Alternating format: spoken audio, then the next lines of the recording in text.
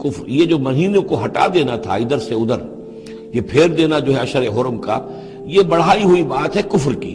یضل بہ الذین کفروا، اس کے ذریعے سے گمراہ ہوئے ہیں وہ لوگ جنہوں نے کفر کیا. یحلونہ عاما، حلال کر لیتے ہیں اس مہینے کو ایک سال، ویحرمونہ عاما، اور ایک سال اسے حرام قرار دے دیتے ہیں. لیواطئوا عدۃ ما حرم اللہ، تاکہ تعداد پوری کر لیں اس کی جو اللہ نے حرام ٹھہرائے ہیں. 4 مہینے حرام ہیں آگے پیچھے پھیر کر، لیکن تعداد پوری کر دی. فَيُحِلُّوا مَا حَرَّمَ اللَّهُ، اس کا نتیجہ کیا نکلتا ہے کہ جو اللہ کی طرف سے محترم مہینہ تھا وہ ان کے حساب سے، ان کی غلطی سے پھر وہ حلال ہو جاتا ہے، پھر حلال کر لیتے ہیں وہ مہینہ جو اللہ نے حرام کیا ہے. زُيِّنَ لَهُمْ سُوءُ أَعْمَالِهِمْ، اسی طریقے سے ان کے جو برے اعمال ہیں ان کے لیے مزین کر دیے گئے، کھبا دیے گئے ان کی نگاہوں میں. وَاللَّهُ لَا يَهْدِي الْقَوْمَ الْكَافِرِينَ، اور اللہ کافروں کو ہدایت نہیں دیتا. یہاں وہ 5 رکوع ختم ہوئے ہیں کہ جن کا تعلق ہے نبی اکرم صلی اللہ علیہ وسلم کی بعثت خاصہ الی اہل العرب، اس کی تکمیل ہو گئی، اس کے مقاصد پورے ہو گئے، اس کے زمین میں آخری احکام دے دیے گئے. اب جہاں سے جو شروع ہو رہا ہے 6 رکوع سے، یہ میں نے آپ کو بتایا تھا کہ یہ غزوہ تبوک کا مسئلہ ہے. اس کا پس منظر بھی بیان کر چکا ہوں. سن 6 میں صلح حدیبیہ ہوئی.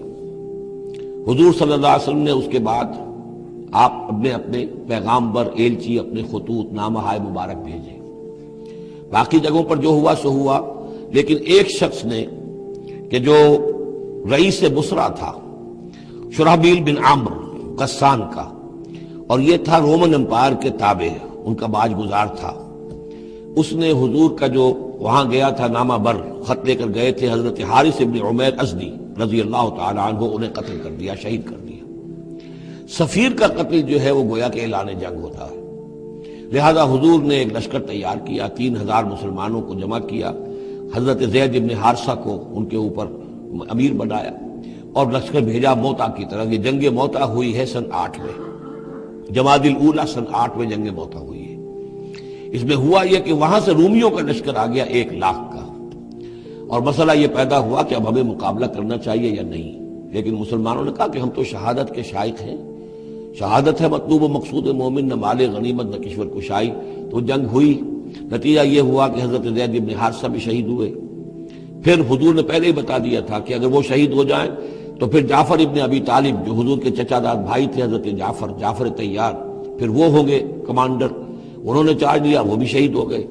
ان کے بعد حضور نے فرمایا تھا کہ عبداللہ ابن رواحہ انصاری ہوں گے، انہوں نے چارج سنبھالا، وہ بھی شہید ہو گئے. پھر آخر کار حضرت خالد ابن ولید نے خود اپنے ہاتھ میں کمان سنبھالی اور کسی طریقے سے وہ اپنے اس لشکر کو بچا کر لے آئے. تو یہ صورتحال ہوئی جنگ موتا کی. اس کے بعد نبی اکرم صلی اللہ علیہ وسلم نے پھر اعلان عام کیا کہ اب میں خود جاؤں گا.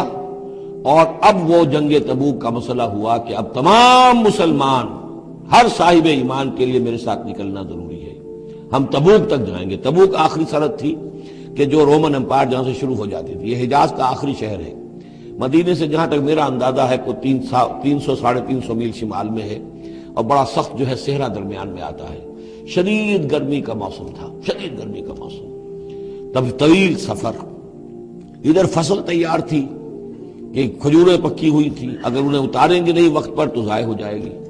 اور اگر سب مرد چلے جاتے ہیں تو عورتیں تو کھجوریں نہیں اتار سکتی، کھجور کا اتارنا جو ہے پھل کا وہ آسان کام نہیں ہوتا.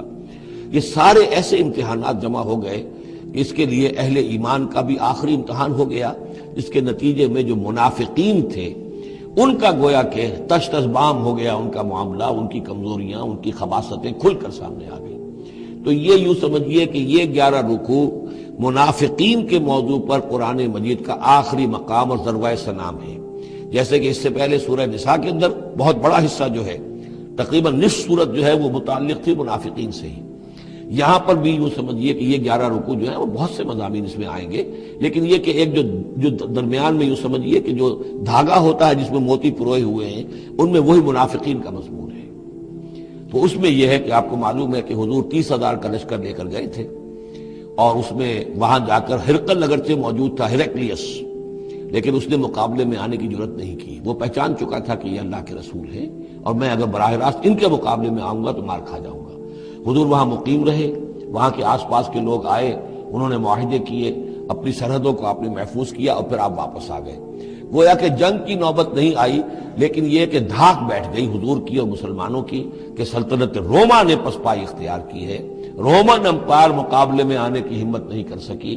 تو وہ جو بھی درنگ موتا کی وجہ سے جو کچھ ہوا اکھڑی تھی، اللہ تعالیٰ نے اس ہوا کو دوبارہ جو ہے قائم کر دیا۔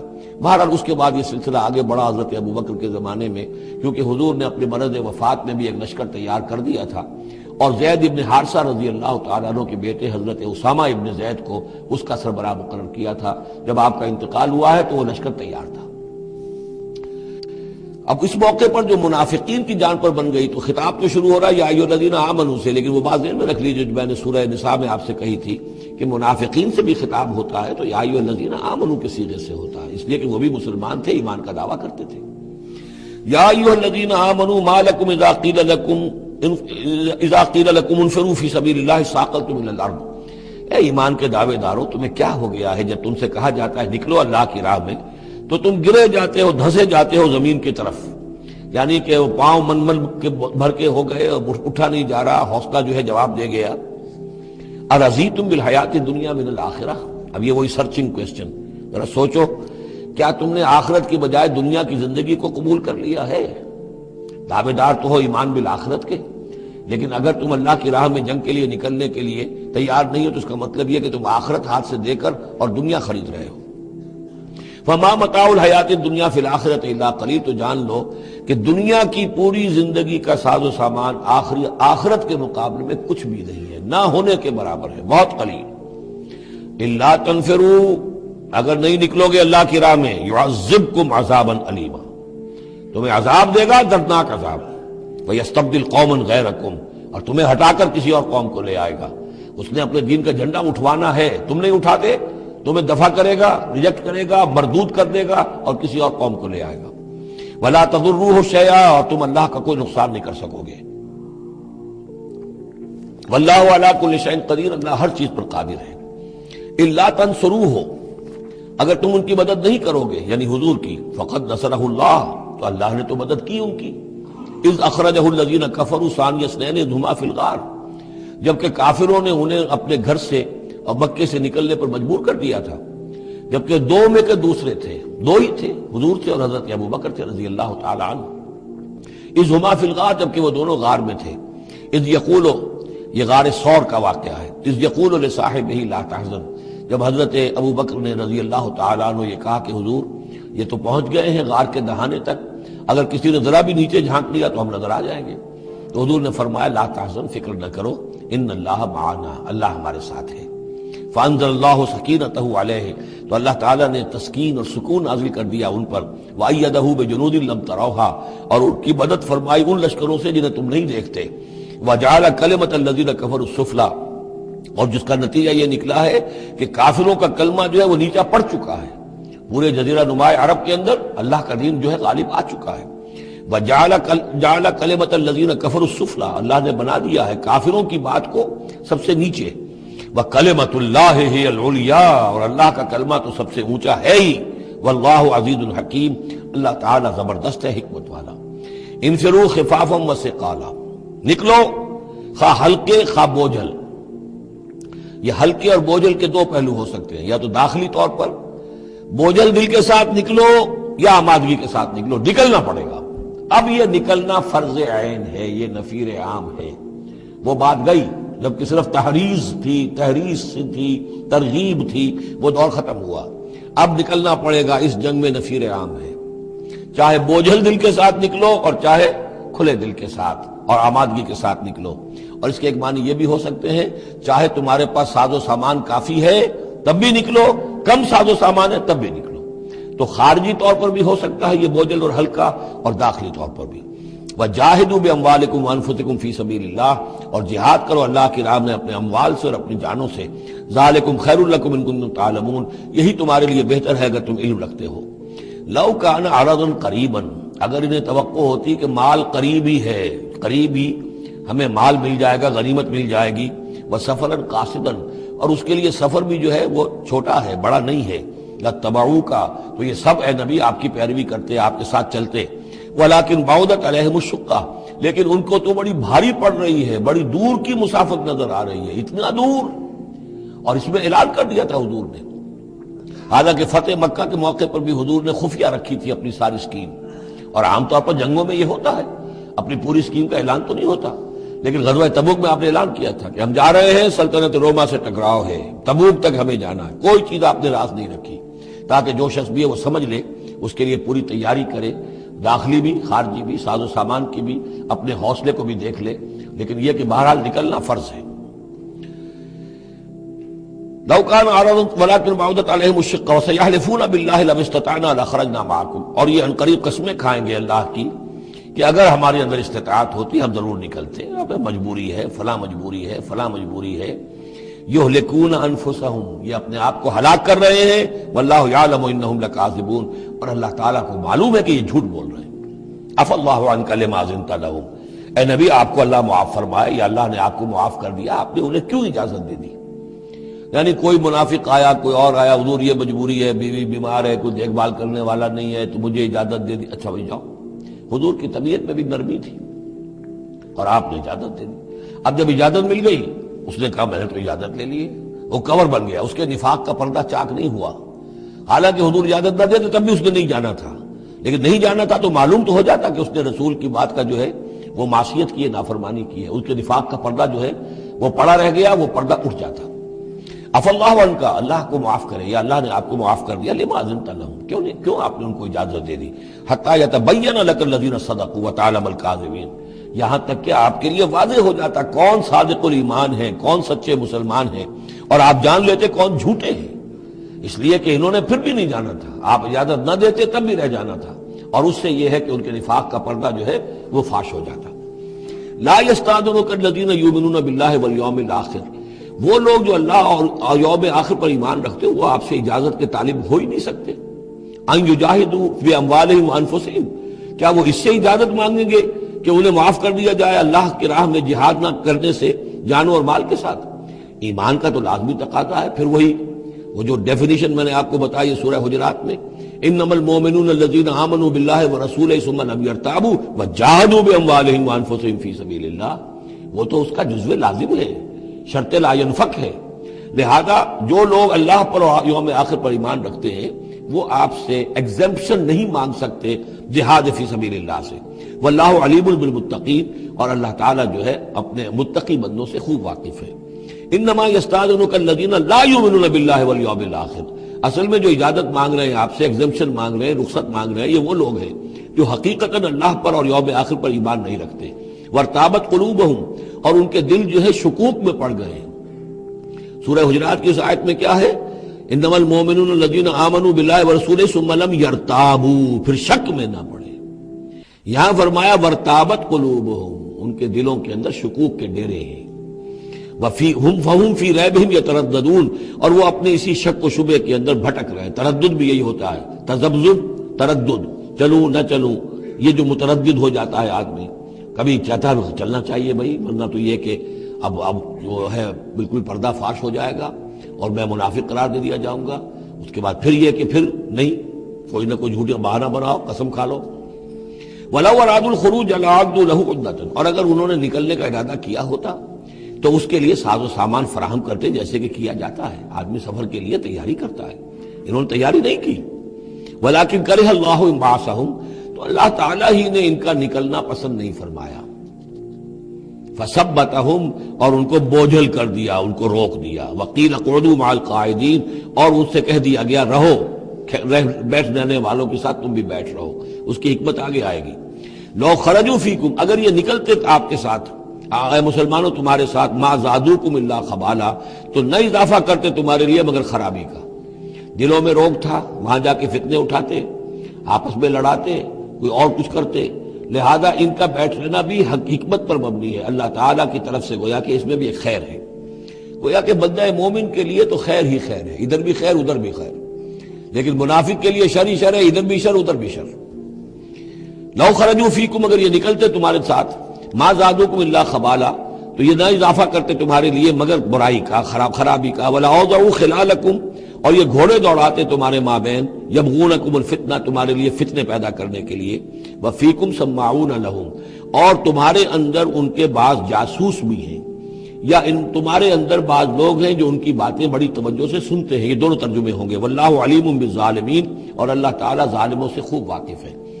یعنی تمہارے اندر ہے مسلمانوں بعض نیک دل، وہ منافق نہیں ہیں، نیک دل سادہ رو مسلمان ہیں جو ان سے حسن ظن رکھتے ہیں، ان سے کوئی تعلق رکھتے ہیں، دوستی رکھتے ہیں، ان کی بات توجہ سے سنتے ہیں. تو اگر یہ ہوتے تمہارے لشکر میں ساتھ اور یہ کوئی فتنہ اٹھاتے تو وہ جو سادہ رو مسلمان تھے وہ ان کی بات سن کر کسی فتنے میں مبتلا ہو سکتے تھے. اور ایک ترجمہ وہ ہے کہ ان میں جاسوس موجود ہیں. لقد ابتغوا الفتنة من قبل، یہ اس سے پہلے بھی فتنے اٹھاتے رہے ہیں. وقلبوا لك الامور، یہی لفظ فتنہ آیا اس حدیث میں جو میں سنا چکا ہوں آپ کو. علماء سوء کا کردار کیا ہو جاتا ہے؟ علماءہم شر الناس تحت عدیم السماء من عندہم تخرج الفتنة وفیہم تعود. جھگڑے، آئیاں، فتوے اور ایک دوسرے کی وہ تفرقہ جو ہے اور اس کے اندر شدت ہے، یہ کام ہے. لقد ابتغوا الفتنة من قبل، یہ فتنے اٹھاتے رہے پہلے بھی. وقلبوا لك الامور، اور اپنی امکانی حد تک اے نبی آپ کے لیے معاملات کو تلپٹ کرنے کی کوشش کرتے رہے، بدلتے رہے. حتی جاء الحق، یہاں تک کہ حق آ گیا. جزیرہ نما عرب میں تو فیصلہ ہو گیا، اللہ کے دین کا غلبہ ہو گیا. وظہر امر اللہ، اللہ کا امر ظاہر ہو گیا، غالب ہو گیا. وہم کارہون، جبکہ انہیں یہ پسند نہیں تھا. یہ تو ابھی چاہتے تھے کہ دین کا غلبہ اس طرح سے نہ ہو. ومنہم من یقول اذن لی ولا تفتنی، ان میں سے وہ بھی ہے جو کہتا ہے کہ حضور مجھے اجازت دے دیجئے اور مجھے فتنے میں نہ ڈالیے. یہ بہت ہی مردود شخص تھا جد ابن قیس لعنت اللہ علیہ، یہ منافقین میں سے تھا. یہ آیا اور اس نے بڑا استہزاء کا انداز اختیار کیا حضور کے ساتھ. حضور مجھے تو آپ اجازت دے دیجئے. کیوں بھائی، کیا معاملہ ہے، کیا مجبوری ہے؟ حضور میں ذرا حسن پرست قسم کا انسان ہوں، اور وہ شام کی طرف آپ جا رہے ہیں، شامی عورتیں بہت خوبصورت ہوتی ہیں، تو میں تو اپنے اوپر قابو نہیں رکھ سکوں گا، میں فتنے میں مبتلا ہو جاؤں گا، تو آپ مجھے فتنے سے بچا لیں. وَمِنْهُمْ مَنْ يَقُولُ اذن لِّي وَلَا تَفْتِنِّي، اور ان میں سے وہ بھی ہے جو کہتا ہے کہ مجھے تو اجازت دے دیجئے، ایکسپٹ کر دیجئے اور مجھے فتنے میں نہ ڈالیے، میں آپ کے ساتھ جاؤں گا تو فتنے میں پڑ جاؤں گا. أَلَا فِي الْفِتْنَةِ سَقَطُوا، آگاہ ہو جاؤ، فتنے میں تو پڑ چکے، اور فتنہ کون سا ہوگا؟ جو بدبخت اس قسم کا معاملہ کر رہا ہے، بدترین فتنے کا شکار تو وہ ہو چکا. وَإِنَّ جَهَنَّمَ لَمُحِيطَةٌ بِالْكَافِرِينَ، اور یقیناً جہنم جو ہے ان کافروں کا احاطہ کیے ہوئے ہے. ان تصبک حسنۃ تسوء، اے نبی اگر آپ کو کوئی اچھی بات پہنچتی ہے، کوئی فتح ہوتی ہے، کوئی خیر آتا ہے، کوئی اچھی خبر آتی ہے، تسوء انہیں بری لگتی ہے. وَإِن تُصِبْكَ مُصِیبَةٌ، اگر کوئی تکلیف آ جاتی ہے، ناگوار پوزیشن، صورتحال، یقول قد اخذنا امرنا من قبل، تو کہتے ہیں جی ہم نے تو اپنا معاملہ پہلے ہی درست کر لیا تھا، ہم کوئی بے وقوف تھوڑا ہی ہے، ان لوگوں کی طریقے سے جو ہے اتنے جو ہے ہم رسک نہیں لیتے، ہم نے پہلے اس سے اپنی حفاظت کا بندوبست کر لیا تھا. یقول قد اخذنا امرنا من قبل ویتولوا وهم فرحون، اور وہ پیٹھ پھیرتے ہیں اور بڑے شاداں فرحاں ہوتے ہیں کہ مسلمانوں پر مصیبت آ گئی اور ہم بچ گئے. قل لن یصیبنا الا ما كتب اللہ لنا، یہ آیتیں تو ہر شخص کو یاد کر لینی چاہیے. یہ دو آیتیں بندہ مومن کے لیے بہت بڑا ہتھیار ہیں، بہت بڑا اسلحہ ہے. کہو لن یصیبنا الا ما كتب اللہ لنا، اے بدبختو ہم پر کوئی مصیبت نہیں آ سکتی سوائے اس کے جو اللہ نے ہمارے لیے لکھ دی ہو. ہوا مولانا، وہ ہمارا مولا ہے. اگر اس کی طرف سے تکلیف آ جائے، دوست کی طرف سے تکلیف آ جائے کہ ہرچہ ساقی ماریخت عین الطافظ، میرا ساقی میرے پیالے میں جو بھی ڈال دے اس کا لطف و کرم ہی ہے، تو اللہ کی طرف سے جو آئے سر تسلیم خم ہے جو مزاج یار میں آئے.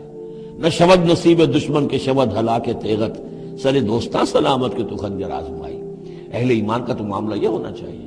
قل لن یصیبنا الا ما كتب اللہ لنا، ہوا مولانا، وہ ہمارا مولا ہے، اس کے اذن کے بغیر پتہ تک نہیں ہل سکتا، تو ہمیں ڈر کس کا ہو. وعلی اللہ فلیتوکل المؤمنون، اور اللہ ہی پر توکل کرنا چاہیے اہل ایمان کو. قل هل تربصون بنا الا احدى الحسنيين، ان سے کہو ہمارے بارے میں تم کن چیزوں کا انتظار کر سکتے ہو سوائے دو نہایت عمدہ چیزوں کے. یہ حسنین کیا ہے؟ احسن، احسن افعل تفضیل ہوا، اس سے مؤنث بنا حسنا، حسنا کا تثنیہ بنا، تو حسنین دو نہایت احسن صورتوں کے سوا ہمارے لیے تیسری ہے ہی نہیں. کیا مطلب؟ ہم سب اللہ کی راہ میں شہید ہو جائیں، احسن. ہم کامیاب ہو کر آ جائیں احسن، تیسری کیا بات ہے؟ تو ہمارے تو خیر ہی خیر ہے، ڈراتے ہمیں کس سے ہو؟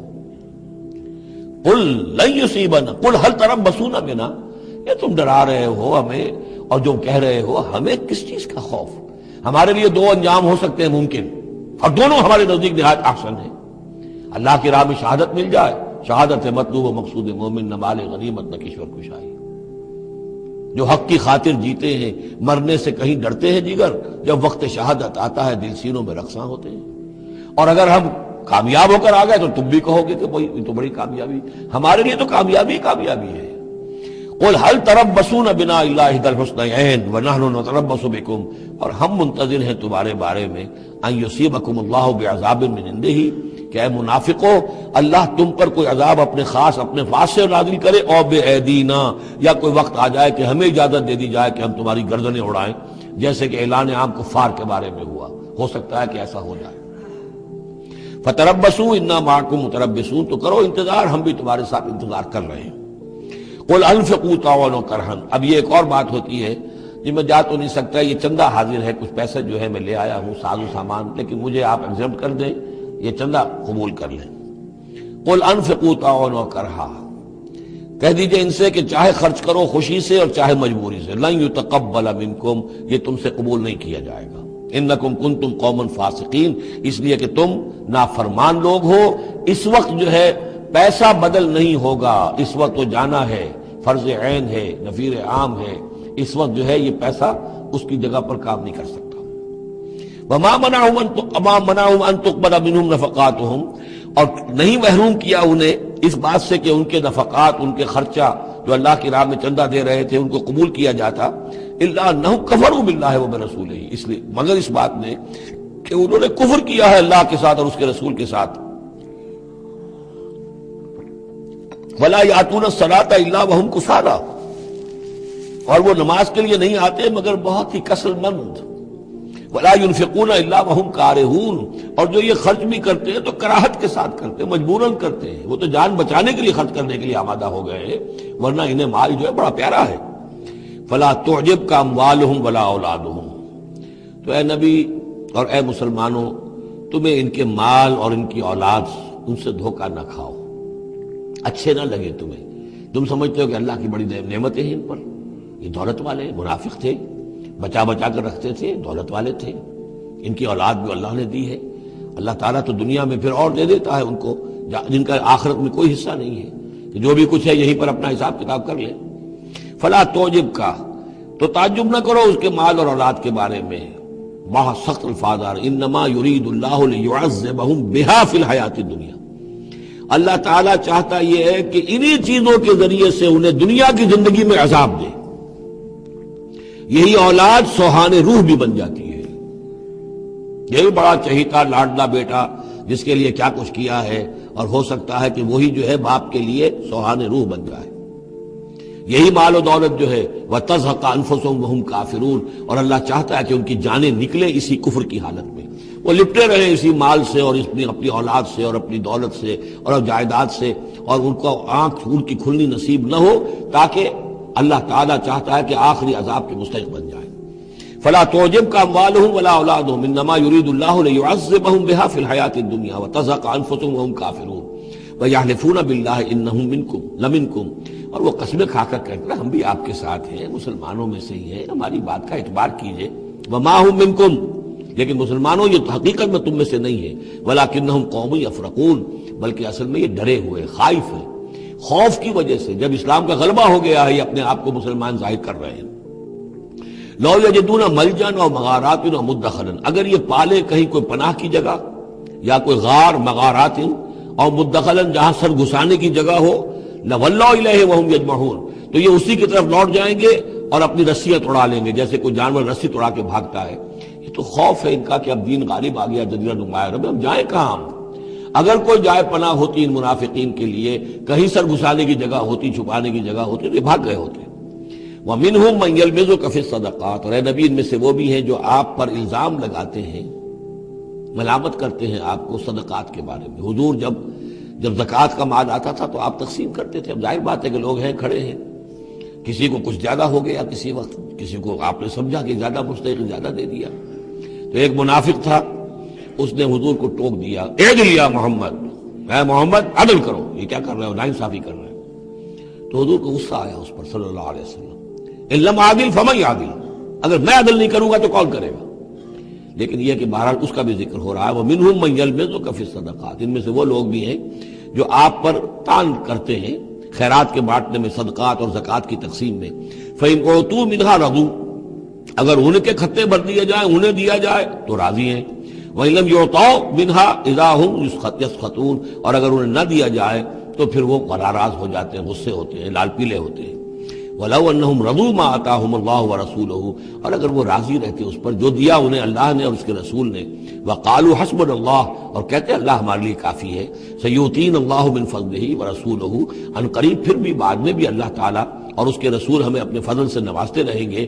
اِنَّا إِلَى اللَّهِ راغبون، ہم اللہ کی طرف رغبت کرنے والے ہیں۔ اگر یہ کہتے، کاش کہتے تو کتنا اچھا ہوتا۔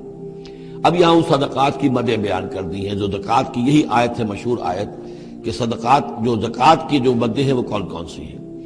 انما الصدقات، زکوٰۃ جو ہے تو سب سے پہلے للفقراء، مفلسوں کے لیے، والمساکین، محتاجوں کے لیے، والعاملین علیہا، اور جو بھی زکوٰۃ کا بندوبست کریں گے، زکوٰۃ جمع کریں گے، تحصیلدار ہوں گے، زکوٰۃ کا حساب کتاب رکھیں گے، زکوٰۃ تقسیم کریں گے، وہ اس کے عاملین علیہا، ان کی تنخواہیں اس میں سے دی جائیں گی۔ والمؤلفۃ قلوبہم، اور تالیف قلب کے لیے، کچھ لوگ ہوتے تھے جب تک ایک تحریک اور دعوت چل رہی ہے، بعض لوگ ہوتے ہیں معاشرے کے اندر صاحب حیثیت ہوتے ہیں، انہیں کچھ دے دلا دیا جائے تو ان کی مخالفت کم ہو جاتی ہے، ساتھی نہ بنے، کم سے کم یہ کہ ان کا مخالفت کا زور شور جو ہے کم ہو جائے، تو یہ تالیف قلب کے لیے۔ یہ مد جب اسلام غالب ہو چکا تو اس کے بعد سے ختم ہو گئی۔ اس کے بارے میں فقہا کا کہنا یہ اس وقت تک تھا جب تک کہ ابھی وہ تحریک اور دعوت چل رہی تھی، لیکن ویسی ہی سچویشن پھر کبھی دوبارہ پیدا ہو سکتی ہے تو پھر یہ مد جو ہے اس کے اندر یہ شامل ہو جائے گی۔ وفر رقاب، گردنوں کے چھڑانے میں، اور گردنوں کے چھڑانے میں کسی پر تاوان آ گیا ہے، کوئی شخص جو ہے وہ مقروض اتنا ہو گیا ہے کہ اس سے نہیں نکل پا رہا ہے، لہذا ایک یہ کہ لم سم مدد کر کے اسے گویا کہ اس کی گردن چھڑا دی جائے۔ والغارمین، جن پر تاوان بھرنا پڑے۔ وفی سبیل اللہ، اور ایک مد جو ہے فی سبیل اللہ بھی ہے، مطلب یہ ہے کہ اللہ کی راہ میں جہاد، دعوت اور اقامت دین کی جد و جہد میں بھی یہ رقم خرچ ہو سکتی ہے، لیکن اولین مستحق یہ ہے۔ انفاق فی سبیل اللہ خود اللہ کل کا کل دین کے لیے ہے، اللہ کے دین کے لیے، دعوت، تبلیغ اور جو بھی اقامت دین کی جد و جہد ہے اس کے لیے۔ لیکن یہ جو صدقات ہیں، اور زکوٰۃ بھی صدقات ہی میں شامل ہے، ان میں اولاً جو مستحق ہیں وہ ہیں غرباء اور یتیم اور مساکین اور بیوائیں، جو بھی ہیں محتاج ہیں، یہ ان کے زیادہ پہلے حقدار ہیں۔ البتہ یہ کہ اگر کسی شخص کے پاس اس طرح کی رقم بچ جائے کہ جو اس کے قریب میں جو بھی رشتہ دار ہیں، غرباء ہیں، یتامہ ہیں، مساکین ہیں، ان کو دے چکا ہے، اور وہ باقی وہ کسی دین کے کام میں دینا چاہے تو دے سکتا ہے۔ وفی سبیل اللہ وابن السبیل، اور مسافر کے لیے۔ فریضۃ من اللہ، یہ اللہ تعالیٰ کی طرف سے معین ہو گیا ہے۔ یہی لفظ آیا ہے بار بار سورہ نساء میں، جہاں کے جو احکام آئے تھے وراثت کے۔ واللہ علیم الحکیم، اور اللہ تعالیٰ سب کچھ جاننے والا ہے، کمال حکمت والا۔ ومنہم الذین یؤذون النبی، ان میں سے وہ لوگ بھی ہیں جو نبی کو ایذا پہنچاتے ہیں۔ ویقولون هو اذن، اور وہ کہتے ہیں یہ تو نرے کان ہی کان ہے۔ ایک تو محاورہ ہمارے یہاں کان کا کچا ہونا وہ اور معنی میں ہے، لیکن یہ کہتے تھے کہ ہم نے جا کر جھوٹ بولا، حضور میری بیوی بیمار ہے، اور انہوں نے مان لیا۔ معلوم ہوتا ہے کہ یہ دماغ میں کچھ نہیں ہے، کہ یہ کان ہی کان ہے، بھیجے ہوئے خدا نہیں ہے دماغ میں کچھ، یہ صرف جو کچھ کہہ دیتے ہیں مان لیتے ہیں، سن لیتے ہیں۔ ہوا اذن، یہ تو میرے کان ہے بس، یہ بھی حضور کی توہین۔ ومنہم الذین یؤذون النبی ویقولون هو اذن قل اذن خیر لکم، کہہ دیجئے یہ کان تمہارے لیے بہتر ہے، بہتری کے لیے ہے، تمہاری خیریت اسی میں ہے۔ یؤمن باللہ ویؤمن للمؤمنین، یہاں پہ یہ ایمان کے ساتھ بے اور لام کا فرق واضح ہو جائے گا۔ وہ یقین رکھتے ہیں اللہ پر اور بات مان لیتے ہیں مومنوں کی، یہ ان کی شرافت ہے، یہ ان کی نجابت ہے، یہ ان کی مروت ہے۔ وہ جانتے ہیں تم جھوٹ بول رہے ہو لیکن نہیں کہتے کہ تم جھوٹ بول رہے ہو، یہ شرافت اور مروت کا معاملہ ہے۔ یہ نہیں ہے کہ انہیں معلوم نہیں ہے۔ بندہ مومن جو ہے وہ تو یہ ہے کہ اتقوا فراست المومن، مومن کی فراست سے ڈرو، فإنہ ينظر بنور اللہ، وہ اللہ کے نور سے دیکھتا ہے۔ تو جو عام مومن کا معاملہ یہ ہو تو رسول کا معاملہ کیا ہوگا؟ کیا انہیں پتہ نہیں چلتا تھا کہ جھوٹ بول رہے ہیں؟ لیکن آپ کی مروت اور شرافت. قل اذن خیر لکم یؤمن باللہ والیوم الآخر ویؤمن للمؤمنین ورحمۃ للذین آمنوا منکم، اور جو تم میں سے واقعی مومن ہیں ان کے حق میں رحمت ہے. والذین یؤذون رسول اللہ لہم عذاب علیم، اور جو ایذا پہنچاتے ہیں اللہ کے رسول کو ان کے لیے بڑا دردناک عذاب ہے. یحلفون باللہ لکم لیرضوکم، اے مسلمانوں یہ تمہارے سامنے قسمیں کھاتے ہیں اللہ کی تاکہ تمہیں راضی کریں. اب ظاہر بات ہے کہ حضور کا تو جا کر بہانہ جو کیا اور لے کر آ گئے، اب مسلمانوں سے بھی کہہ رہے ہیں، قسمیں کھا کھا کر اپنے یقین دلا رہے ہیں کہ ہم مخلص ہیں، آپ ہمارا شک نہ کریں. یحلفون باللہ لکم لیرضوکم، تاکہ تمہیں راضی کر لیں. واللہ ورسولہ احق ان یرضوہ، اللہ اور اس کا رسول زیادہ حقدار ہیں کہ وہ انہیں راضی کریں ان کانوا مؤمنین، اگر وہ واقعتاً مومن ہیں. الم یعلموا انہ من یحادد اللہ ورسولہ، کیا وہ جانتے نہیں ہیں کہ جو کوئی بھی مقابلہ کرے گا اور سرکشی کرے گا اللہ اور اس کے رسول کے مقابلے میں آ جائے گا، فان لہ نار جہنم خالدا فیہا، تو اس کے لیے تو جہنم کی آگ ہے جس میں وہ ہمیشہ ہمیشہ رہے گا. ذالک الخزي العظیم، اور یہ بہت بڑی رسوائی ہے. یحذر المنافقون ان تنزل علیہم سورۃ تنبئہم بما فی قلوبہم، اے مسلمانوں یہ منافق ڈرتے رہتے ہیں کہ کہیں ایسا نہ ہو کہ مسلمانوں پر کوئی ایسی صورت نازل ہو جائے کہ جو ان کو ہمارے دلوں کی حالت بتا دے. اللہ کی طرف سے وحی آ سکتی ہے، ہم جو کہ جھوٹ بول رہے ہیں ہمارا پردہ چاک کر دیا جائے اور ہمارا جو ہے وہ ہمارے لیے شامت آ جائے. قل استہزئوا، کہیے کہ نہیں ڈرتے، ابھی تم استہزاء کرتے رہو. ان اللہ مخرج ما تحذرون، لیکن بہرحال ایک وقت آئے گا جس چیز سے تم ڈر رہے ہو اللہ اسے ظاہر کر دے گا، عیا کر دے گا. وَلَئِن سَأَلْتَهُمْ لَيَقُولُنَّ، اور اگر آپ ان سے پوچھیں گے تو کہیں گے اِنَّا كُنَّا نَخُوضُ وَنَلْعَبُ. وہ جب بکواس کرتے تھے آپس میں، حضور کے خلاف بات کر رہے ہیں، کسی مومن صادق کے اوپر کوئی تہمت لگا رہے ہیں. اب اگر کسی نے جا کر کوئی بات بتا دی حضور کو کہ فلاں شخص تو یہ کہہ رہا تھا، عبداللہ ابن ابی یہ کہہ رہا تھا، فلاں نے یہ کہا ہے، حضور نے بلایا، طلب کیا، پوچھا، تو اب وہاں پر آئیں گے. وَلَئِن سَأَلْتَهُمْ، اگر پوچھیں گے، بات پرس کریں گے آپ ان سے، لَيَقُولُنَّ، وہ لازماً کہیں گے اِنَّمَا كُنَّا نَخُوضُ وَنَلْعَبُ، یہ تو ویسے ہی ذرا گپ بازی میں لگے ہوئے تھے، یہ تو تھوڑی سی جو تھی ہماری گفتگو جو ہو رہی تھی وہ لائٹ وین میں گفتگو ہو رہی تھی، اس کو خامخواہ اس شخص نے جو ہے وہ سنجیدگی سے لے لیا، ہم کھیل رہے تھے دل لگی میں، یہ بات ہم نے کہہ دی تھی. قل اب اللہ وآیاتہ ورسولہ کنتم تستہزئون، کہیے تو کیا تم اللہ کے ساتھ اور اس کی آیات کے ساتھ اور اس کے رسول کے ساتھ استہزاء کر رہے تھے؟ تمسخر، یہ دل لگی تمہاری، بازی بازی بارش بابا ہم بازی. اب اللہ اور رسول جو ہیں اور اس کی آیات جو ہیں وہ بھی تمہارے لیے تختہ برس بن گئی ہیں استہزاء اور تمسخر کا. لا تعتذروا، اب بہانے مت بناؤ. قد کفرتم بعد ایمانکم، تم کفر کر چکے ہو اپنے ایمان کے بعد.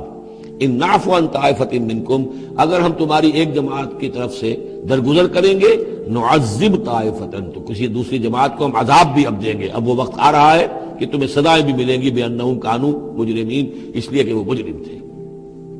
المنافقون والمنافقات بعضهم من بعض، یہ منافق مرد اور منافق عورتیں سب ایک دوسرے میں ہی سے ہیں، یعنی ان کی گٹھ جوڑ ہے. یامرون بالمنکر، یہ بدی کا حکم دیتے ہیں، بجائے اس کے کہ امر بالمعروف کرتے یہ برائی کا حکم دیتے ہیں. وینہون عن المعروف، اور نیکی سے روکتے ہیں. مت خرچ کرو، سنبھال کے رکھو، پاگل ہو گئے ہو، آخر مستقبل کی فکر کرنی چاہیے. لہذا وہ نہیں انل معروف اور امر بالمنکر.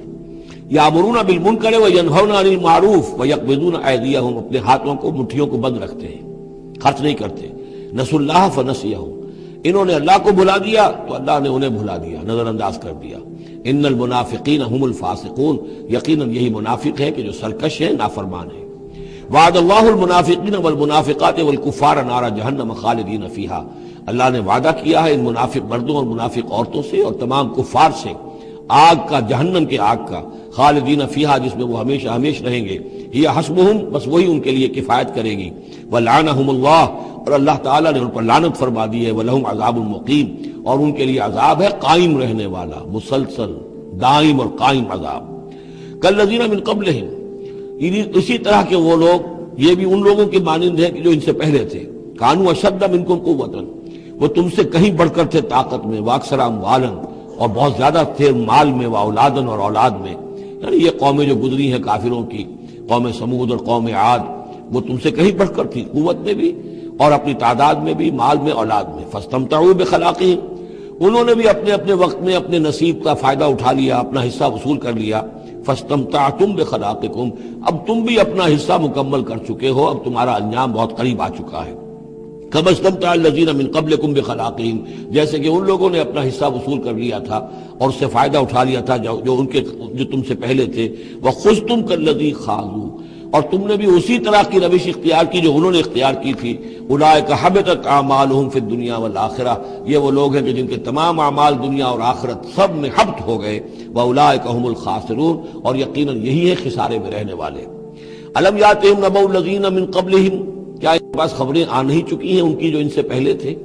قوم نوح وعاد وثمود وقوم ابراہیم واصحاب مدین والمؤتفکات، نوح کی قوم اور عاد اور سمود اور قوم ابراہیم، یہ واحد مقام ہے قرآن مجید میں جس میں قوم ابراہیم کا بھی تذکرہ اس انداز میں ہے کہ شاید ان پر بھی عذاب آیا ہو، لیکن صراحتاً اس کا ذکر پورے قرآن میں کہیں نہیں ہے۔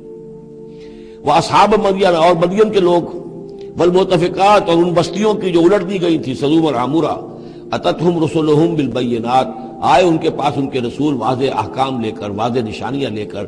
فما کان اللہ لیظلمہم، تو اللہ تعالیٰ ان پر ظلم کرنے والا نہیں تھا، لیکن کانوا انفسہم یظلمون، بلکہ وہ اپنے اوپر خود ہی ظلم ڈھاتے رہے۔